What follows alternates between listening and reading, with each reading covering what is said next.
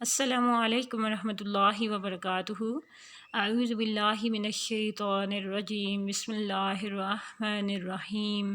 رب اشرح لی صدری ویسر لی امری واحلل عقدۃ من لسانی یفقہوا قولی۔ رب یسر ولا تعسر وتمم بالخیر وبک نستعین، اللہم فقہنا فی الدین، آمین۔ آج کا ہمارا ٹاپک ہے شفطان۔ شفطان کو دیکھیں تو یہ ہے جی اصل ثالث شفطان۔ اس میں ہم دیکھتے ہیں سب سے پہلے مخرج۔ اچھا، شفطان کہتے ہیں ہونٹوں کو، تو یہ سارے جو مخارج ہیں یہ ہونٹوں سے ریلیٹڈ ہیں۔ اس میں سب سے پہلا جو مخرج ہے وہ ہے دونوں ہونٹ، یعنی دونوں ہونٹ سے جو حروف ادا ہوتے ہیں وہ ہم اس میں پڑھیں گے۔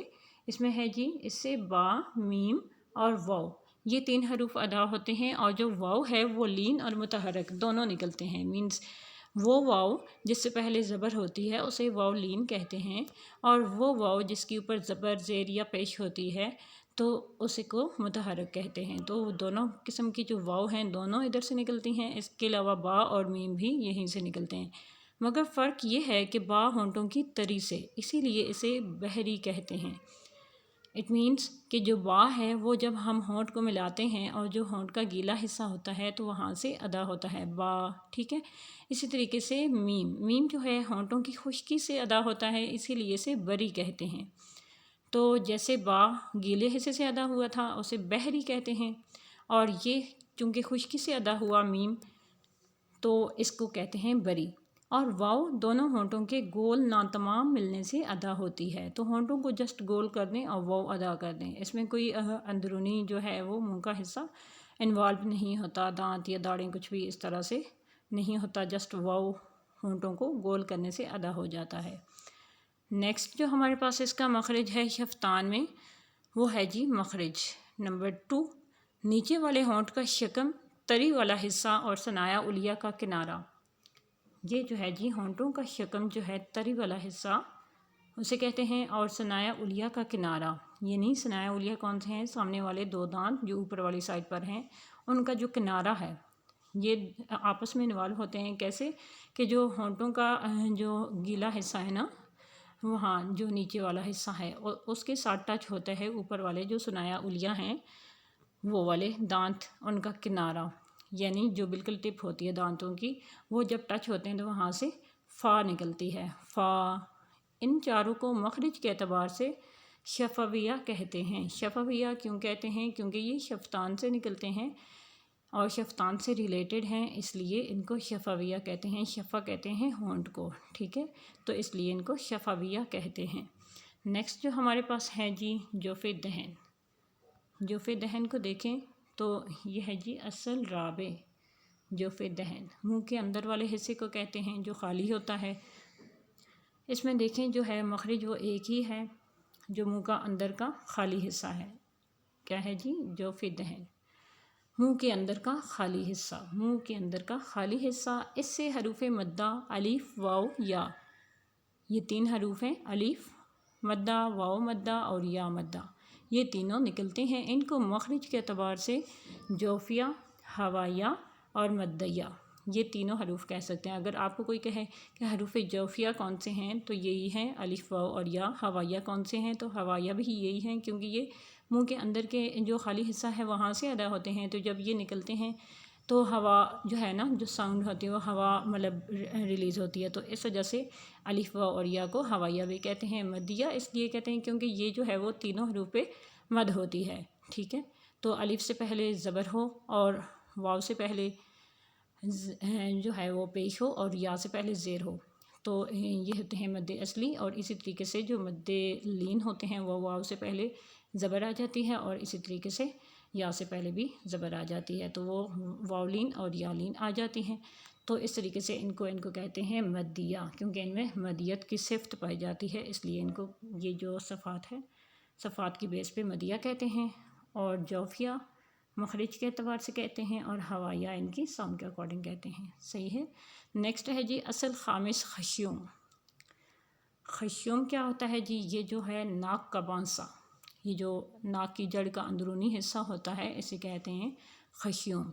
تو چلتے ہیں اس کو دیکھتے ہیں۔ مخرج اس کا مخرج دیکھتے ہیں جی خشوم، یہ ہے ناک کی جڑ کا اندرونی حصہ، اس سے نون اور میم کا غنہ نکلتا ہے، ٹھیک ہے۔ تو کیا ہے کہ ناک کی جڑ کا جو اندرونی حصہ ہے اسے کہتے ہیں خشوم، اور اس سے نون اور میم کا غنہ نکلتا ہے۔ مخارج کے اعتبار سے حروف کے القاب 10 ہیں۔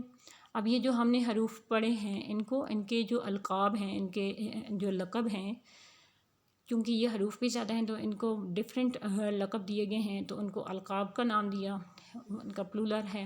تو القاب جو ہے وہ 10 ہیں۔ سب سے پہلے حلقیہ، حلقیہ کون سے حروف ہیں جو حلق سے ادا ہوتے ہیں؟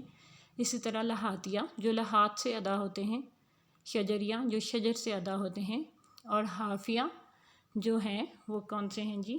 جو حافہ اللہ سان سے ادا ہوتا ہے، یہ ایک ہی حرف ہوتا ہے، آپ کو پتہ ہے، صاد یا ضاد۔ اور اسی طریقے سے طرفیہ یا زلقیہ، یہ ایک ہی ہیں، 3 جو قسم کے حروف ہوتے ہیں ان کو جو ہے وہ نام دیا گیا ہے، طرفیہ اور زلقیہ۔ اسی طریقے سے نتائیہ ہے اور لسفیہ۔ نتا جو ہے وہ نتا سے جو ادا ہونے والے حروف ہوتے ہیں وہ نتائیہ، اور لسفیہ یعنی جو جس میں کام ہوتا ہے مسوڑوں کا تو ان کو لسفیہ کہتے ہیں۔ اصلیہ جو ہے وہ حروف صفیریہ اور اصلیہ 2 ان کے نام ہوتے ہیں، زاسین اور جو ہے وہ صاد۔ شفویہ جو ابھی ہم نے پڑھے اوپر، وا میم واو اور فا۔ اسی طریقے سے جو لاسٹ والے ہم نے پڑھے جوف دہن سے ادا ہونے والے، جوفیہ، ہوائیہ اور مدیہ، تو یہ سارے حروف ان میں شامل ہو جاتے ہیں۔ تو سب سے پہلے ہم نے پڑھا حلقیہ جو حلق سے ادا ہوتے ہیں، لہاتیہ جو لہات سے ادا ہوتے ہیں، اور جو کہ زبان کا جو ہے وہ لاسٹ والا کنارہ ملتا ہے اوپر والے تالو کے ساتھ کے آخری حصے سے، تو وہاں سے لہاتیہ قوف اور کاف ادا ہوتے ہیں۔ شجریہ جو حروف جیم شین اور یا ہوتے ہیں، تو یہ شجر سے ادا ہوتے ہیں، جو ہم نے پڑھا تھا کہ منہ کا جو زبان کا جو وسط ہے، زبان کا درمیانی حصہ اوپر والے تالو کے ساتھ لگتا ہے، تو وہاں سے حروف شجریہ ادا ہوتے ہیں۔ حافیہ حرف ضاد ہے، طرفیہ لام نون اور را۔ نتائیہ جو ہے وہ کون سے حروف تھے؟ تا دال اور طا۔ لسفیہ جو مسوڑوں سے ادا ہوتے ہیں، اصلیہ حروف صفیریہ کی وجہ سے، اور شفویہ جو آج ہم نے پڑھے جیم وا میم واو اور فا۔ اسی طریقے سے جو لاسٹ ون ہے وہ جوفیہ ہے، ہوائیہ ہے اور مدیہ۔